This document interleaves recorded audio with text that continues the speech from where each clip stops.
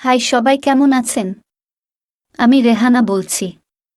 আজকে আমরা সবটুকুই মুহাম্মদ বইটার অধ্যায় ৭ পড়ব, যার শিরোনাম হচ্ছে আগুন ও গন্ধক। মনে রাখবেন, এই ভিডিও অডিও বইটা সম্পূর্ণ বিনামূল্যে বা ফ্রি। যারা ইসলামী ইমানদার মুমিন তারা অবশ্যই এই ভিডিওটা দেখবেন। হ্যাঁ, অবশ্যই যে কেই দেখতে পারেন। বইটার সাহায্যে আপনারা ইসলামের শেষ নবী মুহাম্মদের জীবন ও ইসলামী ইতিহাসের অনেক বিষয় জানতে পারবেন। একই সাথে নিজেরা শেয়ার ও পোস্ট করতে পারেন। চলুন বইটা পড়া যাক। আমি শুরু করছি, আপনারা শুনতে থাকুন। মুহাম্মদের প্রকাশ্যে আসাটা ছিল আনুষ্ঠানিকতা মাত্র। মুহাম্মদের সাথে যে ফেরেশতারা কথা বলেন, এমন গুজব ইতোমধ্যেই মক্কায় প্রচার হয়ে গেছে। নেতৃস্থানীয় মক্কাবাসীরা তাকে অস্বাভাবিক ভাবতে শুরু করে এবং তাকে নিয়ে কটু মন্তব্য করতেও ছাড়ে না। তারা রীতিমতো তাকে তাড়া করে ফিরতেন। মুহাম্মদ তার পূর্বপুরুষের মন্দির প্রদক্ষিণ করার অভ্যাসটি ধরে রেখেছিলেন। তবে তার জন্য এটি আর মন্দির না, এটি এখন আল্লাহর ঘর। মন্দিরটিতে অর্ধবৃত্তাকার পাথরের তৈরি পাটাতন ছিল, যেখানে শহরের উল্লেখযোগ্য ব্যক্তিরা জড়ো হতেন। প্রতিবার প্রদক্ষিণের সময় যখনই তিনি সেই জায়গায় এসে পৌঁছতেন, তখনই লোকেরা তাকে শুনিয়ে শুনিয়ে মন্তব্য করত এই বলে, দেখো দেখো, হাশিমি বংশের লোক, যিনি ঈশ্বরের সাথে কথা বলেন। অথবা তাকে উপহাস করে বলতো, তো মুহাম্মদ, ঈশ্বর এইবার কি বলল? পরিবারের কাছেও তার দাবি আর গোপন থাকল না। খাদিজা, আলী, জায়েদ এবং জুবায়ের বাদে তার পরিবারের অন্যান্য সদস্যরা বহুশ্বরবাদের ভক্ত ছিল এবং মুহাম্মদের বিরোধী ছিল। একদিন আবু তালিবের বাড়িতে যাবার পর তিনি যখন জানতে পারেন যে তারা মক্কার কোনো এক দেবতার উপাসনার জন্য তৈরি হচ্ছেন, তখন তাদের সাথে মুহাম্মদ তুমুল বিতর্কে জড়িয়ে পড়েন। আবু তালিব এই তীর্থযাত্রার আয়োজন করছিলেন, যার জন্য তাদেরকে বেশ কয়েকদিন ধরে রাস্তায় থাকতে হবে। এরপর তাদের কোরবানির উট ও অন্যান্য পশু আনতে হবে, তাঁবু ও অন্যান্য জিনিস দিয়ে উট বোঝাই করতে হবে এবং নিজেদের মধ্যে সমন্বয় করতে হবে, যাতে তারা সবাই একত্রে যাত্রা শুরু করতে পারে। পূর্বে মুহাম্মদ, তার স্ত্রী এবং সন্তানরা তাদের সাথে যেতেন, কিন্তু এবার তিনি তা প্রত্যাখ্যান করলেন, ফলে এক বিরাট গোলযোগ সৃষ্টি হয়েছিল। তিনি তাদের জানিয়ে দিলেন যে তিনি বহুশ্বরবাদিতা থেকে বের হয়ে এসেছেন আর সেখানে ফিরে যাবেন না। সম্ভবত তিনি প্রতিমা পূজার নিন্দা করার জন্য এবং এক ঈশ্বরের ধারণাটিকে তাদের মাঝে প্রচার করার জন্য এই পরিস্থিতিকে ব্যবহার করেছিলেন। সেখানে থাকা তার চাচা, চাচি, চাচাত ভাই সহ সবাই, যারা আবু তালিবকে সহযোগিতা করছিলেন, তার প্রতি ক্ষুব্ধ হয়েছিলেন এবং তাকে নিয়ে যেতে তার আবিসিনীয় মুক্ত দাসী বারাকাকে ডেকেছিলেন। তবে মুহাম্মদ আত্মবিশ্বাসী হয়ে উঠেছিলেন, কারণ এখন তার সমর্থক পুরুষ এবং মহিলা মিলে 2 ডজনের মতো অনুসারী তৈরি হয়েছে, আর সেজন্য তিনি তার ধর্মপ্রচার প্রকাশ্যে করা শুরু করেছিলেন। ইসলামিক ইতিহাসের অনেক সূত্রে তার প্রকাশ্যে ধর্মপ্রচার শুরু করার বিবরণ দেয়া আছে। সেখানে উল্লেখ আছে যে 13 বছরের উঁচু বুকওয়ালা এবং সরু পায়ের অধিকারী আলীকে তিনি নির্দেশ দিয়েছিলেন তার বংশধরদের জন্য একটি নৈশভোজের ব্যবস্থা করতে। তিনি আলীকে বলেন যে ফেরেশতা জিব্রাইল তাকে বলেছেন, তিনি যদি তার বার্তা নিয়ে জনসম্মুখে না যান, তাহলে প্রভু আমাকে শাস্তি দেবেন। আব্দুল মুত্তালিবের বেঁচে থাকা সকল পুত্রদ্বয় এবং মুহাম্মদের প্রথম চাচাত ভাইদের সহ 40 জন লোক যথাযথভাবে তার বাসায় আসেন। আলী কেবল সামান্য খাসির মাংসের টুকরো এবং কিছু দুধ সংগ্রহ করতে সক্ষম হয়েছিলেন, যা শুধু একজন মানুষের জন্য পর্যাপ্ত ছিল। অতিথিদের চোখের সামনেই খাবারগুলো বহুগুণ বেড়ে গেল। অলৌকিকতার এই দৃশ্যটি সবাইকে অভিভূত করেছিল। কিন্তু ঠিক তখনই মুহাম্মদের অন্যতম পিতৃতুল্য চাচা আবু লাহাব মুহাম্মদের দিকে আঙ্গুল তুলে বলেন, তারা যা দেখছেন তা এই জাদুকরের কাজ। আবু লাহাবের মন্তব্যের পর সবাই মুহাম্মদকে ছেড়ে চলে যায়, আর মুহাম্মদ তাদের কাছে নিজের নবী হবার দাবি ও তাদেরকে তার ধর্মগ্রহণের আহ্বান করার সুযোগ এভাবেই হাতছাড়া করেন। জানা যায় মুহাম্মদ আরও একটি নৈশভোজের আয়োজন করেছিলেন, তবে এইবার খাবার বহুগুণ হবার মতো অলৌকিক কিছু ঘটেনি। মুহাম্মদ অভ্যাগতদের উদ্দেশ্য করে বললেন, হে আব্দুল মুত্তালিবের পুত্র সন্তানরা, আমি আরবদের মধ্যে এমন কোনো যুবককে চিনি না যিনি আপনাদের জন্য আমার চেয়ে ভালো কিছু নিয়ে এসেছিল। তিনি বলেন, আমি আপনাদের জন্য দুনিয়ার ও পরকালের শ্রেষ্ঠ উপহার নিয়ে এসেছি। আল্লাহ আমাকে পাঠিয়েছেন আপনাদের কাছে তার প্রতি আনুগত্যের জন্য। এখন বলুন, আপনাদের মধ্যে কে কে আমাকে সাহায্য করবেন? চাচাত ভাইয়েরা হাঁটু ভাঁজ করে চামড়ার মাদুরের সামনে বসেছিলেন, যেটাকে অনেকটা কাপড় দিয়ে ঢাকা টেবিল বলা যেতে পারে। তারা আট চোখে একে অন্যের দিকে তাকাচ্ছিলেন, কিন্তু সবাই শান্ত ছিলেন। আলী অবশেষে মুহাম্মদের পায়ে পড়লেন এবং বললেন, হে আল্লাহর নবী, আমি আপনার সাহায্যকারী হব। মুহাম্মদ তার হাত আলীর কাঁধের উপর রাখলেন। সে আমার ভাই, তাই তার কথা শোনো এবং তার অনুগামী হও।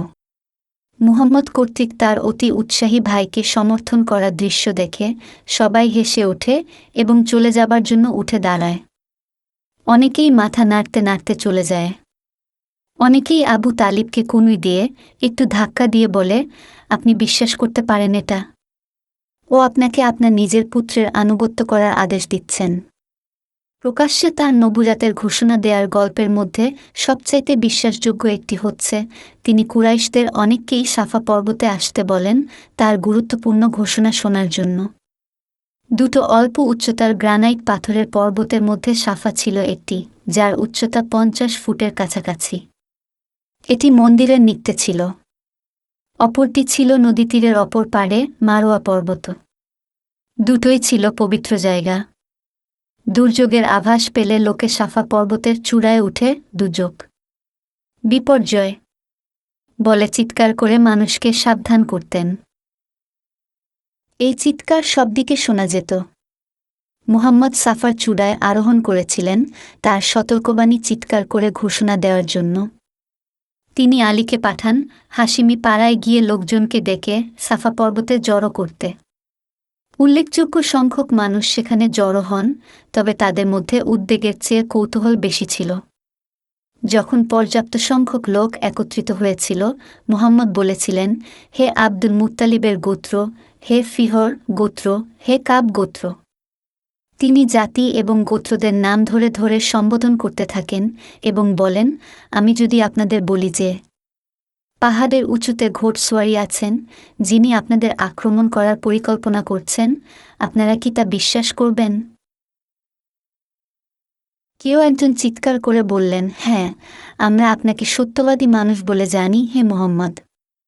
তারপর মুহাম্মদ বলেন, ঠিক আছে, আমি আপনাদের ভয়াবহ শাস্তির বিষয়ে সতর্ক করতে এসেছি।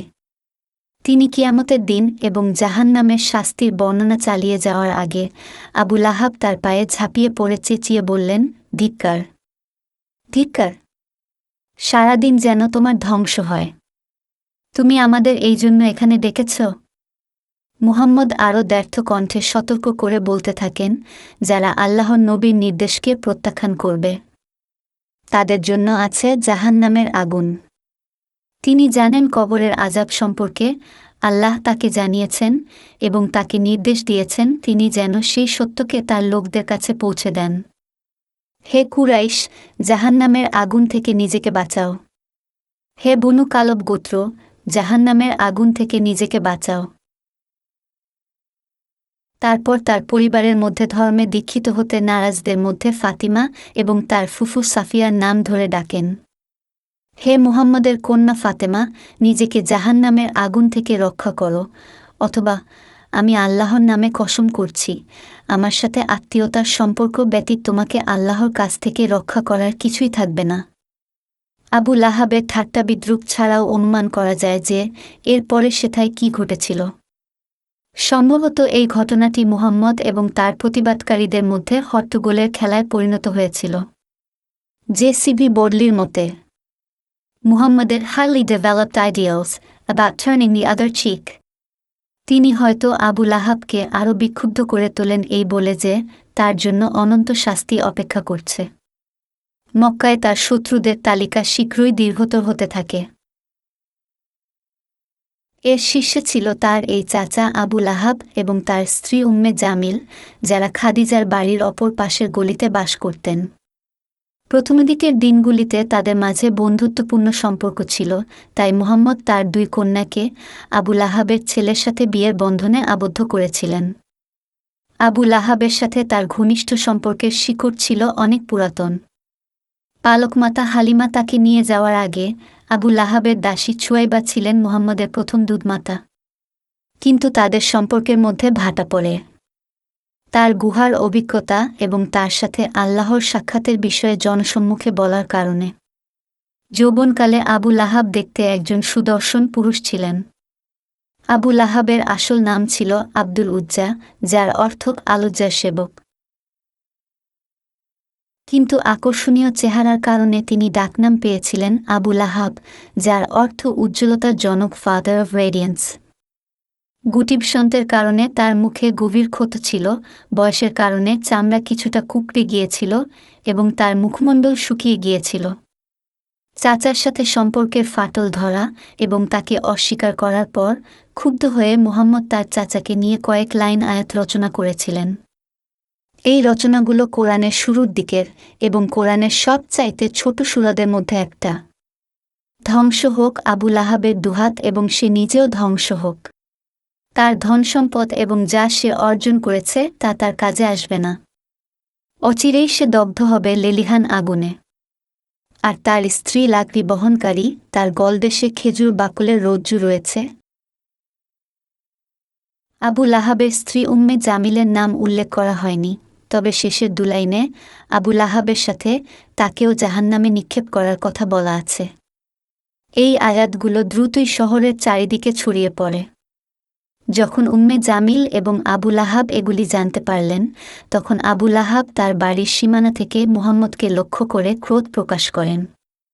উম্মে জামিল একটি পাথরখণ্ড হাতে নিয়ে মুহাম্মদকে খুঁজতে থাকেন এবং ঠিক সে সময়ে মুহাম্মদ আবু বকরের সাথে মন্দিরে অবস্থান করছিলেন। ইসলামিক আকর গ্রন্থে পাওয়া যায়, আল্লাহ অদৃশ্য চাদরে মুহাম্মদকে জড়িয়ে রেখে তাকে উম্মে জামিলের ক্রোধ থেকে বাঁচিয়েছিলেন, তিনি যাতে মুহাম্মদকে দেখতে না পারেন। কিন্তু মুহাম্মদ তাকে দেখতে পাচ্ছিলেন এবং তাকে উদ্দেশ্য করে গালাগালিও শুনতে পারছিলেন। সম্ভবত যেটি হয়েছিল সেটি হচ্ছে, চাচিকে আসতে দেখে মুহাম্মদ নিজেকে লুকিয়ে ফেলেছিলেন এবং তার বন্ধুকে ব্যাপারটা মোকাবেলা করার জন্য বলেন। উম্মে জামিলের রাগ কিছুটা প্রশমিত হলে তিনি শেষে কালো পাথরটি চুমো দেন এবং হুবাল, আল উজ্জা এবং আল্লাহ দেবতার প্রতি তার বিশ্বাসের প্রমাণ হিসেবে 7 বার মন্দিরটি প্রদক্ষিণ করে কক্ষপথে এসেই মুহাম্মদকে অভিশাপ দিতে থাকেন। মুহাম্মদ ও খাদিজা উমাইয়াদের পাড়ায় ঠিক উপর অংশে বাস করতেন। সেখানকার ঘরগুলোই তখনকার মক্কাবাসীদের মানদণ্ড অনুসারে মধ্যবিত্ত বা উচ্চবিত্ত বলে বিবেচিত হতো। এই পাড়াটির নামকরণ করা হয়েছিল ধনী ব্যবসায়ীর নামে, যারা উমাইয়াদের বংশ থেকে এসেছিল, যিনি মক্কার নিয়ন্ত্রণের জন্য মুহাম্মদের দাদা হাশিমকে চ্যালেঞ্জ করেছিলেন। আবু বকরের একই পাড়ায় একটি বাড়ি ছিল, যিনি কাপড় ব্যবসায়ী হিসেবে 40,000 রৌপ্য মুদ্রার মালিক হিসেবে খ্যাতি পেয়েছিলেন। খাদিজার বাড়িটি মন্দির থেকে 2 গজ দূরে অবস্থিত ছিল। পাড়ার এক প্রান্তে খাদিজার পাশের বাড়িতে ছিলেন আবু সুফিয়ান নামে এক উমাইয়া ব্যবসায়ী। তিনি ছিলেন উমাইয়ার নাতি এবং মক্কার বাণিজ্যিক ও নাগরিক বিষয়ের একজন উদীয়মান নেতা। যদিও হাশিমি ছিলেন, আবু লাহাব এই পাড়ায় আসতে পারতেন কারণ উম্মে জামিল ছিলেন আবু সুফিয়ানের বোন। এটি একটি শান্তিপূর্ণ পাড়া ছিল, কিন্তু মুহাম্মদ যখনই আনুষ্ঠানিক ঘোষণা দিয়ে নতুন ধর্ম নিয়ে আসলেন, ঠিক তখন থেকেই এটি শত্রুভাবাপন্ন অঞ্চল হয়ে উঠল। একাধিকবার তার দরজার সামনে দুষ্ট লোকেরা মলমূত্র নিক্ষেপ করে রেখে যেতেন বা উঠোনে রান্নার পাত্রে মৃত প্রাণী রেখে যেতেন। মাঝে মাঝে আক্রান্ত করার জন্য তাকে লক্ষ্য করে পাথর নিক্ষেপ করা হতো। আঘাত এড়াতে তিনি বাড়িতে ঢুকে যেতেন।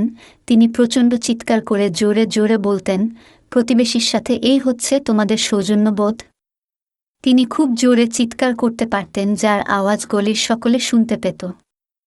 এই অপমানের সাথে আরও যোগ হয়, আবু লাহাব মুহাম্মদের মেয়েদের সাথে তার ছেলেদের যে বিয়ের কথা হচ্ছিল তা তার ছেলেদের প্রত্যাখ্যান করতে বাধ্য করেন। মুহাম্মদ অনেকটাই নিজের উপর এই বৈরিতা ডেকে এনেছিলেন।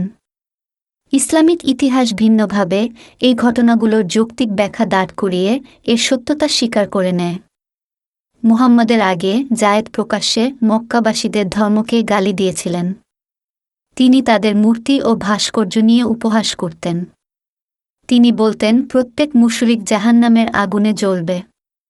তিনি এটাও বলতেন যে তাদের পূর্বপুরুষরাও মিথ্যা বিশ্বাসে থাকা অবস্থায় মারা যাওয়ার জন্য চিরকাল আয়াবে শাস্তিতে থাকবেন। তার জন্য এটি ছিল সহজ, অনন্য যুক্তি।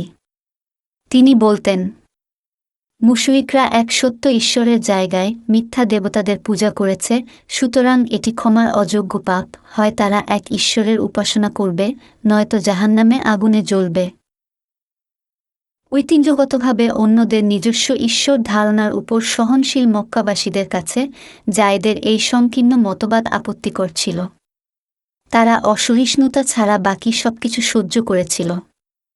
এটিই মক্কাবাসীদের সাথে জায়েদকে সমস্যায় ফেলেছিল এবং এখন মুহাম্মদ ও জায়েদের মতো অবস্থার মধ্যে দিয়ে যাচ্ছে। মুহাম্মদ এখন আরেক জায়েদ হয়ে উঠেছে। অনমনীয় একই বার্তা নিয়ে মুহাম্মদ গোত্রসমূহের সমাবেশ ছাড়াও মন্দিরের অপর পাশের প্রশাসনিক ভবনে বয়োজ্যেষ্ঠদের সমন্বয়ে গঠিত যে গোত্রীয় গুরুত্বপূর্ণ পরিষদ ছিল, তাতেও তিনি যোগদান শুরু করেছিলেন। তিনি তার একই বার্তা নিয়ে ব্যক্তিগত মজলিসেও যেতেন। মুহাম্মদ যত বেশি প্রতিরোধের মুখোমুখি হতেন, তত বেশি তার কোরআনের আয়াত আক্রমণাত্মক হয়ে উঠত। সেই রচনা জাহান্নামে অত্যাচারের বর্ণনায় পরিপূর্ণ থাকত, যেমন এই আয়াতগুলো, নিশ্চয়ই জাহান্নাম ওত পেতে রয়েছে। সীমালঙ্ঘনকারীদের জন্য প্রত্যাবর্তন স্থল। সেখানে তারা যুগ যুগ ধরে অবস্থান করবে। সেখানে তারা কোনো শীতলতা আস্বাদন করবে না এবং না কোনো পানীয়। তিনি তার প্রথম বর্ণনায় জান্নাতকে কাম চরিতার্থ করার স্থান হিসেবেও অভিহিত করেছিলেন। যদিও তিনি তখনও এই রচনাগুলোকে তার পক্ষে লড়াইয়ের এবং এর ফলে মৃত্যুবরণের পুরস্কার হিসেবে যুক্ত করেননি, নিশ্চয় মুত্তাকিদের জন্য রয়েছে সফলতা, উদ্যানসমূহ ও আঙ্গুরসমূহ, আর সমবয়স্কা উদ্ভিন্ন যৌবনা তরুণী। মক্কাবাসীরা তাদের কবিতার মধ্য দিয়ে তাদের বংশমর্যাদা ধরে রাখত, কবিতা নিয়ে তারা গর্ব করত। মুহাম্মদের অপমান ছিল তাদের কাছে বিরক্তির। মুহাম্মদের ধর্মপ্রচার শুরু করার 1 বছরের মধ্যে মক্কাবাসীরা সিদ্ধান্ত নেন যে হয় তার মুখ বন্ধ করতে হবে, না পারলে তাকে হত্যা করতে হবে। কিন্তু গোত্রের মধ্যে কাউকে হত্যা করা ছিল খুবই স্পর্শকাতর বিষয়। যদিও তার উপর তারা বিরক্ত ছিল, গোত্রের রীতি অনুযায়ী মুহাম্মদকে রক্ষা করতে তারা বাধ্য ছিল। বেশিরভাগ লোক তার বিপক্ষে ছিল, তবুও তারা দাঁতে দাঁত চেপে গোত্রের রীতি অনুযায়ী তাদের সম্মান রক্ষার্থে প্রস্তুত ছিল। শুধুমাত্র একটি উপায়ে এই ঝামেলা শেষ করা যেত, সেটি হচ্ছে হাশিমি গোত্রের নেতা মুহাম্মদের চাচা আবু তালিবের কাছ থেকে অনুমতি নিয়ে নিলে। তিনি যদি মুহাম্মদের উপর থেকে গোত্রের প্রতিরক্ষা সরিয়ে ফেলতে রাজি হন মক্কাবাসীরা, তবে তার কাছ থেকে মুক্তি পেতে পারে। মক্কার নেতারা আবু তালিবের কাছে একটি প্রতিনিধি দল পাঠান, এটা বলার জন্য যে মুহাম্মদ ঝামেলার সৃষ্টি করছে, একে অন্যের বিরুদ্ধে দাঁড় করিয়ে দিচ্ছে, যা এই সম্প্রদায়ের একাত্মতা বিনষ্ট করছে। আবু তালিবের সাথে দেখা করতে আসা লোকেরা ছিলেন সেই সময়ে মক্কার নেতা উতবা, সাইবা, রাবিয়া, উভয় ছিলেন ধনী ব্যবসায়ী। তারা তায়েফে বাগান এবং কূপের মালিক ছিলেন। আবু সুফিয়ান, মুহাম্মদের প্রতিবেশী, যিনি উতবার কন্যা হিন্দুকে বিবাহ করেছিলেন, আমর ইবনে হিশাম, যাকে মক্কাবাসীরা আবুল হাকাম তথা জ্ঞানী পরামর্শদাতা হিসেবে অভিহিত করতেন, যাকে মুহাম্মদ অভিহিত করেছিলেন আবু জাহেল বা মূর্খতার বাপ, দ্য স্পনার অফ ম্যাননেস হিসেবে, ওয়ালিদ বিন মুগিরা, আবুল হাক্কামের চাচা, যিনি মন্দির পুনর্নির্মাণের নেতৃত্বদানকারী ছিলেন, এবং আরও কিছু মক্কার অধিবাসী গুরুত্বপূর্ণ ব্যক্তিরা আসেন। এটা জানা যায় না তাদের মধ্যে কে আবু তালিবকে সম্বোধন করেছিলেন, তবে কি বলেছিলেন সেটা জানা যায়। বলা হয়েছিল, হে আবু তালিব, আপনার ভাতিজা আমাদের দেবতাদের অভিশাপ দিয়েছে, আমাদের ধর্মকে অপমান করেছে, আমাদের পূর্বপুরুষের জীবনযাত্রা নিয়ে ঠাট্টা করেছে। হয় আপনি তাকে থামান অথবা তাকে আমাদের কাছে দিয়ে দেন, আমরা তাকে নির্মূল করব। মুহাম্মদের চাচা তাদের কথা চালিয়ে যেতে দিলেন, তিনি তাদের ক্ষোভ বুঝতে পেরেছিলেন। তিনি নিজেও মুহাম্মদ যে ঝামেলা করছে তা প্রত্যক্ষ করেছেন। তার নিজের পুত্র আলী মুহাম্মদের ধর্মে যোগ দিয়েছিলেন। আবু তালিব মক্কার বিশ্বাসকে সমর্থন না করে মুহাম্মদকে সমর্থন করেছিলেন, তবে ভাতিজা মুহাম্মদের প্রতি তার স্নেহের জালেও তিনি আটকা পড়েছিলেন। তিনি তাদের সাথে একমত হয়ে বলেছিলেন যে ব্যাপারটা দেখবেন যে মুহাম্মদের ব্যাপারে কি করা যায়। কিন্তু হতাশাজনকভাবে কিছুই আসলে পরিবর্তন হয়নি। মুহাম্মদ পূর্বের মতোই তার কর্মকাণ্ড অব্যাহত রেখেছিলেন এবং যতই মাস যেতে থাকে মুহাম্মদ মক্কার যুবকদের ধর্মান্তরিত করতে থাকেন। মক্কাবাসীরা আবারও আবু তালিবের কাছে তাদের নেতাদের প্রেরণ করেছিল, তবে এবার তারা যুদ্ধের হুমকি দিয়েছিল যদি না তিনি মুহাম্মদ সমস্যার সমাধান করেন। ঈশ্বরের কসম, আমরা আর সহ্য করতে পারব না। পিতৃপুরুষদের যেভাবে নিন্দা করছে, আমাদের রীতিনীতি নিয়ে উপহাস করছে, আমাদের দেবতাদের অপমান করেছে। যতক্ষণ পর্যন্ত না আপনি তাকে নির্মূল করবেন, আমরা আপনাদের দুইজনের সাথে যুদ্ধ করতে থাকব, যতক্ষণ না এক পক্ষের ক্ষতি হয়, বলছিলেন নেতৃস্থানীয়রা। ইসলামিক ইতিহাস থেকে জানা যায়, আবু তালিব অসন্তুষ্ট হয়ে মুহাম্মদকে ডেকে পাঠান এবং অনুরোধ করেন তার উপর যেন তার সাধ্যের চেয়ে বেশি বোঝা চাপিয়ে না দেয়া হয়। মুহাম্মদ ভেবেছেন যে তার চাচা তার উপর থেকে হাশিমি গোত্রের প্রতিরক্ষা ব্যবস্থা তুলে নেয়ার ইঙ্গিত করছেন, যেটা তার জন্য একটি মৃত্যুদণ্ড। কিন্তু মুহাম্মদ দৃঢ়ভাবে বিশ্বাস করতেন যে ঈশ্বর তার সাথে কথা বলেন, তাই পরিণতি যাই হোক তিনি তার কাজ চালিয়ে যাবেন। তিনি বলেন, ওহে চাচা, তারা যদি এমন পরিস্থিতি সৃষ্টি করে আমার ডান হাতে সূর্য এবং বাঁ হাতে চন্দ্র তুলে দেয়, তবুও আমি এই পথ ত্যাগ করতে পারব না। হয় তিনি এইভাবে ধর্ম প্রচার করে বিজয়ী হবেন, নয়তো বিনষ্ট হয়ে যাবেন। এই সময়ে তিনি হাঁটু ভেঙে আবু তালিবের মুখোমুখি বসেছিলেন। তার অবস্থান পরিষ্কার করেই কান্নায় ভেঙে পড়লেন এবং চাচার পা জড়িয়ে ধরলেন। আবু তালিব কান্না দেখতে পারতেন না। মুহাম্মদ যখন দরজা দিয়ে বেরিয়ে এসেছিলেন, তখন চাচা তাকে আবার ডেকে বলেন, তোমার ঈশ্বরের জন্য তুমি যা খুশি তাই বলো, আমি তোমাকে কখনই ছেড়ে দেব না। ইসলামিক ইতিহাসে দেখতে পাওয়া যায়, মক্কাবাসীরা আবু তালিবের কাছে তৃতীয়বারের মতো প্রতিনিধি পাঠান। এইবার আবু তালিবের কাছে তারা ঘুষের প্রস্তাব নিয়ে আসেন। তারা ওয়ালিদের পুত্র ওমারাকে নিয়ে আসেন এবং বলেন, মুহাম্মদের পরিবর্তে একে পালক পুত্র হিসেবে গ্রহণ করেন। তবুও মুহাম্মদকে তাদের হাতে ছেড়ে দেন, যদিও ওয়ালিদের জন্য ওমারার মতো পুত্রকে বিসর্জন করা কঠিন ছিল। মক্কাবাসী যে কেউ তাকে তাদের পুত্র বলে গ্রহণ করতে এক পায়ে দাঁড়িয়ে থাকবে। তিনি দেখতে লম্বা, সুদর্শন, মল্লবিদ এবং দারুণ কাব্যিক প্রতিভার ছিলেন। এই ছেলে নিশ্চিত তার বৃদ্ধকালে পিতার সাহায্যকারী হবে। আবু তালিব এই প্রস্তাবে ক্ষুব্ধ হন এবং তাদের প্রস্তাবকে শয়তানি বলেন। তিনি বলেন, আমি আপনার ছেলেকে নেব, তাকে খাইয়ে বড় করব, যার বিনিময়ে আপনি আমার একজনকে হত্যা করবেন। ঈশ্বরের কসম, তা হবে না। তাদের এই ঝগড়া সভাকক্ষ পেরিয়ে শহরের মূল আলোচনার বিষয়বস্তু হয়ে ওঠে।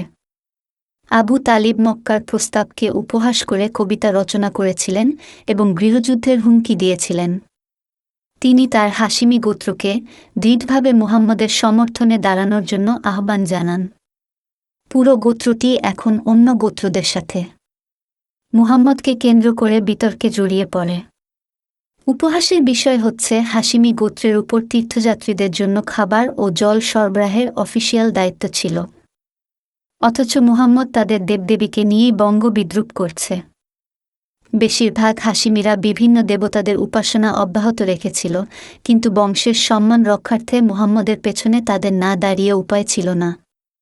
ওয়ালিদের ছেলের প্রস্তাবটি বাতিল হয়ে যাওয়ায় মক্কার নেতারা বিকল্প নিয়ে আলোচনা করছিলেন। পবিত্র মাসের বার্ষিক মেলা শুরু হয়ে গেছে, হাজার হাজার তীর্থযাত্রীরা মক্কায় আসা শুরু করেছে। তারা ইতিমধ্যে জানতে পেরেছে যে মুহাম্মদ তার ধর্মের বাণী নিয়ে তীর্থযাত্রীদের সাথে রাস্তায় দেখা করছেন। তিনি এতটাই আক্রমণাত্মক হয়েছেন যে অনেকের পেছন অনুসরণ করতে করতে তাদের তাঁবু পর্যন্ত চলে যাচ্ছেন। সম্ভবত যারা তাকে শুনতে চায়নি তারা তাকে তাড়িয়ে দিয়েছে। নেতারা আবার ভাবতে বসলেন, মুহাম্মদকে কিভাবে থামানো যায়। ওয়ালিদ পরামর্শ দিলেন, সবচাইতে ভালো প্রতিরক্ষা হচ্ছে মুহাম্মদের বিরুদ্ধে বাজে কথা রটিয়ে দেয়া। তাতে করে তীর্থযাত্রীরা তার কথা শুনবে ঠিকই, কিন্তু তাকে গুরুত্বের সাথে নেবে না। ওয়ালিদ প্রস্তাব করেছিলেন তাকে কবি, জাদুকর বা জ্যোতিষী বলে তকমা লাগিয়ে দিতে। মক্কাবাসী নেতারা প্রতিটি উপায় নিয়ে আলোচনা করে পরে জ্যোতিষী এবং কবি উপাধিকে প্রত্যাখ্যান করেছিলেন। মুহাম্মদ যা করছিলেন তাতে তিনি একজনকে আরেকজনের পেছনে দাঁড় করে দিচ্ছিলেন, সুতরাং জাদুকর নামটি তার জন্য সবচাইতে বেশি যুক্তিযুক্ত বলে তারা মনে করলেন। তীর্থযাত্রা শুরু হওয়ার পরে মক্কার নেতারা মক্কায় তীর্থযাত্রা শেষ হবার পর তাদের পোশাক পরিবর্তন করে মেলায় ঢোকার আগে তাদের জন্য বিভিন্ন রুটে পাহারা চৌকি বসিয়েছিলেন। সেখান দিয়ে পার হওয়ার সময়ে তারা লোকদেরকে মুহাম্মদ সম্পর্কে সাবধান করেছিলেন যে মুহাম্মদ তাদেরকে ছলনা করে মিথ্যা ধর্মে ডাকবে, তাদেরকে ফাঁসানোর চেষ্টা করবে, তিনি আসলে একজন জাদুকর। মুহাম্মদ এ বিষয়টি জানতে পেরে আল্লাহকে বেহেশত থেকে নামিয়ে নিয়ে আসেন এবং আল্লাহ প্রচণ্ড রাগে বিস্ফোরিত হন। বিরলভাবে এই আয়াতে আল্লাহকে দেখা যায় একভাবে কথা বলতে, যদিও ওয়ালিদ বিন মুগিরা, যার পুত্রকে সমর্পণ করা হয়েছিল আবু তালিবের কাছে, তার নাম উল্লেখ করা হয়নি।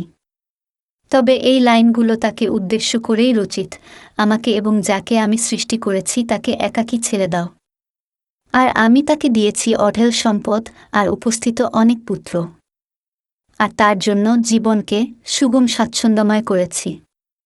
এসবের পরেও সে আকাঙ্ক্ষা করে যে আমি আরও বাড়িয়ে দেই। মুহাম্মদ ওয়ালিদকে আল্লাহর প্রতি অকৃতজ্ঞ হবার কারণে এবং নবীর বিরুদ্ধে আগ্রাসনের জন্য আল্লাহর মাধ্যমে তার উপর মর্মান্তিক বিপর্যয় নেমে আসবে বলে হুঁশিয়ার করেন। এই রচনাগুলো শিহরিত কণ্ঠে আবৃত্তি করার উদ্দেশ্যে তিনি চালিয়ে যান। নিশ্চয় সে চিন্তা ভাবনা করল এবং সিদ্ধান্ত গ্রহণ করল। অতঃপর সে ধ্বংস হোক। কিভাবে সে সিদ্ধান্ত গ্রহণ করল? তারপর সে ধ্বংস হোক। কিভাবে সে সিদ্ধান্ত গ্রহণ করল? তারপর সে তাকাল। তারপর সে ভ্রুকুঞ্চিত করল এবং মুখ বিকৃত করল। তারপর সে পিছনে ফিরল এবং অহংকার করল। অতঃপর সে বলল, এ তো লোক পরম্পরায় প্রাপ্ত জাদু ছাড়া আর কিছুই নয়। ক্রমশই মুহাম্মদ কোরআনকে বিতর্কের মাধ্যমে পরিণত করলেন। মক্কাবাসীরা নিঃসন্দেহে তাদের নিজস্ব কবিতার মাধ্যমে তার ক্রোধের প্রতিউত্তর দিয়েছিলেন, কিন্তু সেই সময়কালের কবিতা টিকে থাকেনি। তবে তার রচনাবলী থেকেই তার বিরুদ্ধে করা অভিযোগগুলির গভীরতা পরিষ্কার বোঝা যায়। মুহাম্মদের আচরণের জন্য মানুষের মধ্যে তার প্রতি যে ঘৃণার আগ্নেয়গিরি জ্বলছিল তা বোঝা যায় তারই করা সাধারণ রচনাগুলোর কিছু ছত্র দিয়ে, যেমন তোমাদের সঙ্গী মুহাম্মদ পাগল নয়, সে তো তাকে স্পষ্ট দিগন্তে অবলোকন করেছে, আর সে তো গায়েব সম্পর্কে কৃপণ নয়, আর তা কোনো অভিশপ্ত শয়তানের উক্তি নয়, এবং এই আয়াতটিও নিশ্চয় যারা অপরাধ করেছে তারা মুমিনদেরকে নিয়ে হাসত, আর যখন তারা মুমিনদের পাশ দিয়ে যেত তখন তারা তাদেরকে নিয়ে চোখ টিপে বিদ্রূপ করত, আর যখন তারা পরিবার পরিজনের কাছে ফিরে আসত তখন তারা উৎফুল্ল হয়ে ফিরে আসত। মক্কাবাসীরা যেই সময় তার বিরুদ্ধে চক্রান্ত করতে ব্যস্ত, মুহাম্মদ সেই সময়টিকে কাজে লাগিয়ে নতুন নতুন মানুষকে ধর্মান্তরিত করছিলেন। প্রায় কয়েক বছর ধরে প্রতি মাসে একজন করে মানুষকে তার ধর্মে দীক্ষিত করেছেন, তবে বেশিরভাগ সময়ই এই রূপান্তর আবু বকরের প্রচেষ্টাতেই হয়েছে বলা যেতে পারে। তার প্রতি বৈরিতা যখন বাড়তে থাকে, তিনি গোপনে তার ধর্মান্তরিত যুবকের বাড়িতে চলে যান, যার নাম ছিল আরকাম। সেখানেই তিনি বিশ্বাসীদের নিয়ে গোপন বৈঠক করতেন। তার বাড়িটি ছিল হাশিমি পাড়ার কাছে, সাফা পর্বতের পাদদেশে। তাকে যাতে শনাক্ত করতে না পারে সেজন্য বিশ্বাসীরা রাতের অন্ধকারে আসতেন। দরজায় তাদের বিশেষ সংকেতে টোকা দিলে প্রবেশের জন্য দরজা খুলে দেওয়া হতো। আবু বকর প্রতিশ্রুতিশীল লোকদেরকে সেখানে নিয়ে আসতেন মুহাম্মদের বয়ান শোনানোর জন্য।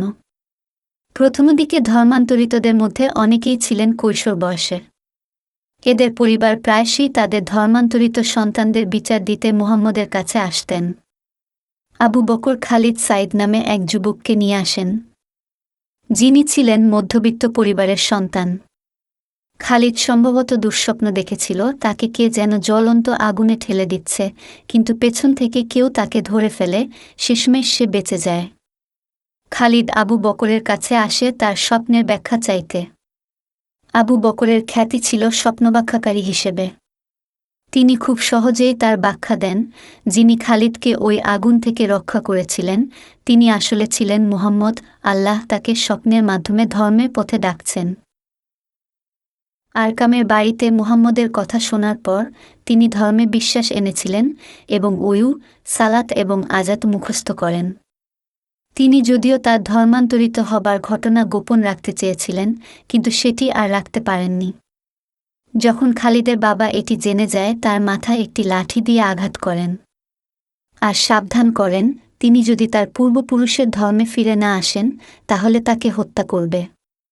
এ কথা শুনে খালিদ দৌড়ে পালান এবং মুহাম্মদের সাথে অবস্থান করেন। আরেকজনের ধর্মান্তরিত হবার কারণে পরিবারে দুঃখ নেমে এসেছিল। তিনি ছিলেন উমাইরের পুত্র মুসাব। মুসাব উচ্চবিত্ত পরিবারের ছেলে ছিল, তাকে সবসময় সর্বশেষ কেতাদুরস্ত পোশাকে দেখা যেত। তার মা ব্যতীত বিশ্বে আর কারো জন্য তার ভাববার দরকার ছিল না, কারণ তার মা ছিলেন মক্কাবাসী সমাজে খুবই প্রভাবশালী এবং রক্ষণশীল ব্যক্তিত্বের অধিকারী। তিনি আবু বকরের কাছ থেকে মুহাম্মদের ধর্ম সম্পর্কে জানতে পেরে একদিন তার সাথে আরকামের বাড়িতে যান মুহাম্মদের কথা শুনতে। মুহাম্মদের কথা শুনে দ্রুতই তিনি মুহাম্মদের প্রতি বিশ্বাসের ঘোষণা করলেন।